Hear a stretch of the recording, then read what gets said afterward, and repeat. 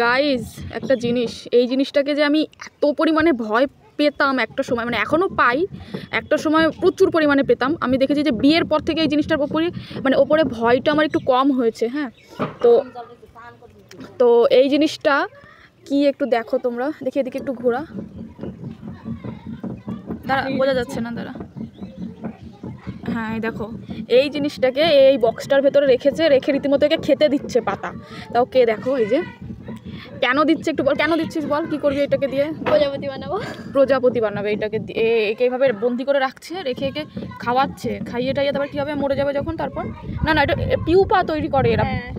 Pupa তৈরি করার পর তারপরে এটা হচ্ছে হয় প্রজাপতি। আমরা বইয়ে পড়েছিলাম সেই ছোটোবেলায়, বিজ্ঞান বইয়ে ছিল এইসব।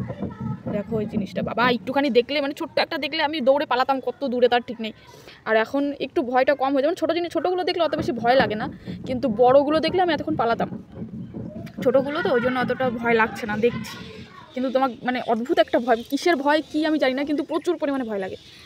বন্ধ করে কী করবি এটাকে, মানে এরকমভাবে মানে খোলা রাখবি না তো, নিঃশ্বাস বন্ধ হয়ে মরে যাবে। না এই যে এরকম বন্ধ করে দেবো, তারপরে এই যে হালকা খোলা থাকবে, আর এদিক দিয়ে যদি বেরিয়ে যায়, বেরোবে না, কালকে থেকে এরকম রয়েছে। বাহ ভালো, ঠিক আছে, প্রজাপতি তৈরি হবে, আমাকে বলবি আবার। হ্যাঁ।